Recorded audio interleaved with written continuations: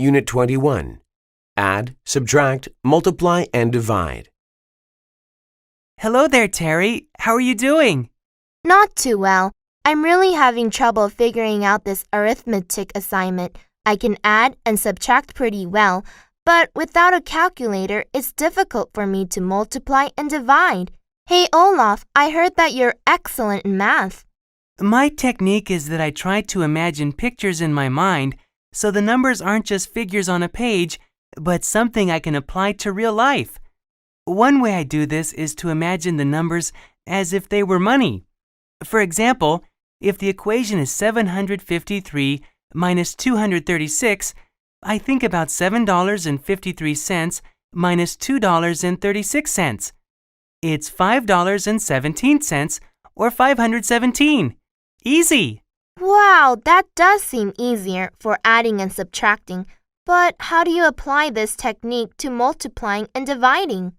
Okay, suppose the equation is 200 times 30. 30 is 3 groups of 10. So first I imagine 10 groups of people standing in a large field. Next to each group is a sign with the number 200 on it. At the front of the field is a huge sign with the number 2000 on it because 200 times 10 equals 2000, right? But the problem requires 200 times 10 3 times, so I just add 2 more fields of people to my picture with 2 more signs that say 2000. Now I have 2000 times 3. The answer is 6000. Unit 22. I spy. Dad, this is so boring, just sitting back here with nothing to do. Playing a game is a fun way to pass time on a long car trip. Okay, but what kind of game can we play when we're going 70 miles an hour in a car? Well, when I was young, we used to play a game in the car called I Spy. One person decides on an object that he or she can see and tells us its color. Then the rest of us have to ask yes or no questions to try and find out what it is. I'll go first, and I spy something that's… Hey, I wanted to go first. Billy, let your sister begin. Remember, it's considered good manners to let girls and younger children have their turn ahead of us. Yeah, remember your manners, stupid. Betsy, it's also good manners to treat each other with respect and not to call people names. I think you need to apologize to your brother. I'm sorry, Billy. Let's start, okay? I spy something small and green. It's on the steering wheel and… Stop, Betsy. Dad said that you're only supposed to tell us its color, not its size or location or anything else. Oh no, I forgot. That's okay, honey. Everybody makes mistakes. Remember the saying, if at first you don't succeed, try again. Okay, let me try again. I spy something… Unit 23. American Families Today. American families today are very different from what they were about 100 years ago. The main difference is that families are now much smaller. In the past, most families lived on farms. They needed children to help them work. Today, most families live in cities. Parents do not expect their children to work for them. It is also becoming very expensive to raise and educate children. Many parents cannot afford to have a large family. Others think that there are already too many people in the world. If they have more than 2 children, it will increase the population. Also, the types of families are changing. Statistics show that there are more single parents than ever before. More and more unmarried couples are having children, and a growing number of couples are choosing to have no children at all. Traditional families, a married couple with children, live in less than 25% of all U.S. homes. One reason for this trend is the greater number of working women. In the past, women depended on their husbands for money. Now, many women have jobs. They don't have to be married to have money. Another reason is divorce. This is when a husband and wife decide not to be married anymore. Almost half of all U.S. marriages end in divorce. Many people decide not to get married at all. They prefer to be single and live without a husband or a wife.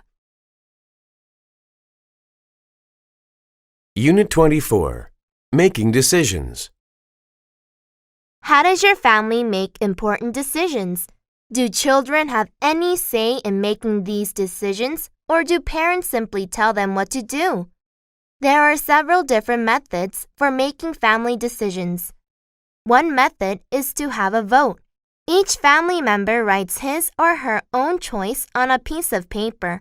With this method, each person gets equal say in the issue being decided.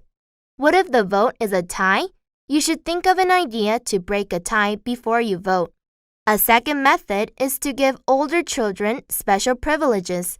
If you're moving into a new home, for instance, the oldest child might get first choice of bedrooms. A third method is to take turns making the decisions. Suppose a family goes on vacation together each year. One year, they might let their daughter decide where they should go. The next year, the choice goes to the son. A fourth method is to let the head of the household decide what is best. That is the way we do it in my family. The head of our household, my father, listens to all our opinions. Then he makes a decision. We agree to follow his decision even if we don't like it.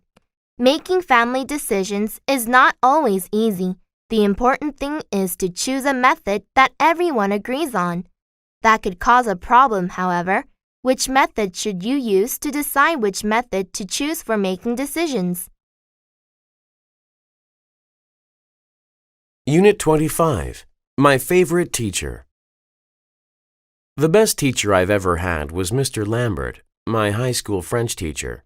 He was short with dark hair, a thick beard, and a big smile.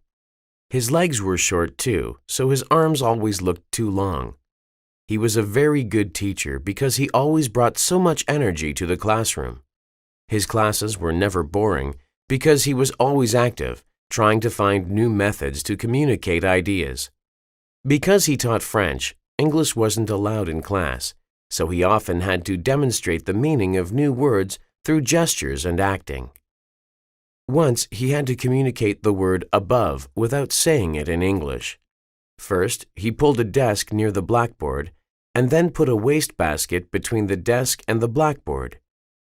Next, he put his feet on the edge of the blackboard and his hands on the desk so that he was above the wastebasket. I've never forgotten that demonstration. It was difficult not to enjoy the subject when he was so excited about teaching it. The most important reason that Mr. Lambert is the best teacher I've ever had is that he loved all his students, even when we made him angry by speaking English in class. Whenever that happened, the students always felt guilty because they had so much respect for him. Now that I'm a teacher, I try my best to be like Mr. Lambert. He is my role model.